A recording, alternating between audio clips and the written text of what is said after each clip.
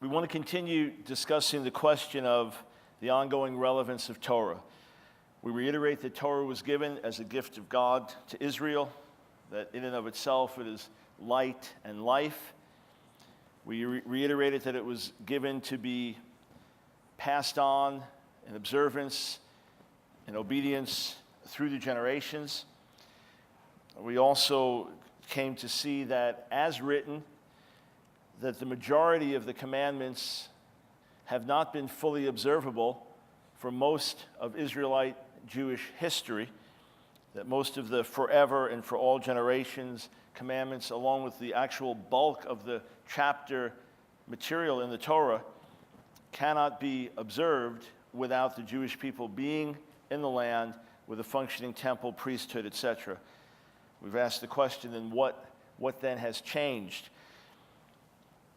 We also noticed that the prophets themselves even indicated that at some point changes would be made. We could have cited Jeremiah 33 that speaks of thank offerings being brought into the house of God, based on which some rabbis concluded that in the world to come, the only sacrifices that would be offered up would be thanksgiving offerings, because the rest would no longer be relevant. At some point, changes have to come, either upon someone's physical death, or with the ushering in of the Messianic age, or in the world to come, the afterlife. I'm just talking about even according to traditional Judaism, certain changes have to come based on changed situations. Traditional Judaism would say, well, we're not in any of those situations yet, therefore we have the traditions of the rabbis, the oral traditions that have been passed on and developed, and interpretations and customs and laws by which we understand the Torah and fill in the various gaps. We say no, the Messianic era, this transition age, has broken in, and Yeshua has given us a better way. So let's contrast a couple of things here. Let's take a look at Yeshua's words, Matthew 5, and then let's think through the guidelines, the principles that he gives to the Jewish people regarding the Torah. And then let's think of how the rabbinic development went on some of these very same issues. So Matthew 5, 17 to 20 are words that are often quoted by Messianic Jews. Matthew 5, 17 to 20. Yeshua says, "Do not think that I have come to abolish the law of the prophets. I have not come to abolish them, but to fulfill them." Let me stop here and point out that he did not say, "I have not come to abolish, but to uphold." His contrast was, "I have not come to abolish, but to fulfill." To fulfill goes beyond uphold. To fulfill goes beyond support. To fulfill says that there are things it is speaking of that I bring to full meaning and relevance. Notice also he doesn't only say law, but law or prophets. In other words, the Hebrew Scriptures. That's significant because the prophets and the Torah are both pointing towards him and finding fulfillment in him and ongoing validity and application in him. I tell you the truth, until heaven and earth disappear, not the smallest letter, not the least stroke of a pen will by any means disappear from the law until everything is accomplished. Anyone who breaks one of the least of these commandments and teaches others to do the same will be called least in the kingdom of heaven. But whoever practices and teaches these commands will be called great in the kingdom of heaven. For I tell you that unless your righteousness surpasses that of the Pharisees and the teachers of the law, you will certainly not enter the kingdom of heaven. These are some very powerful and strong statements. They have been subject to much interpretation and discussion. What I want to do is give you a summary of my understanding of what Yeshua is saying here, what our Messiah is teaching us here. And let me open this up in this way.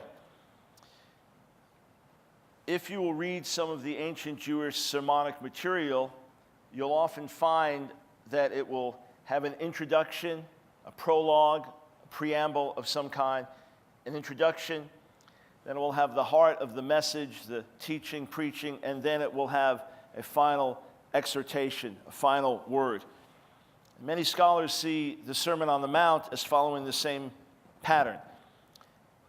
Matthew 5, beginning in verse 3, as Yeshua teaches his disciples on the mountainside, begins with the Beatitudes. Truly happy are the poor in spirit, for theirs is the kingdom of heaven, etc. So verses 3 through 16, which ends with, in the same way, let your light shine before men, that they may see your good deeds and praise your Father in heaven.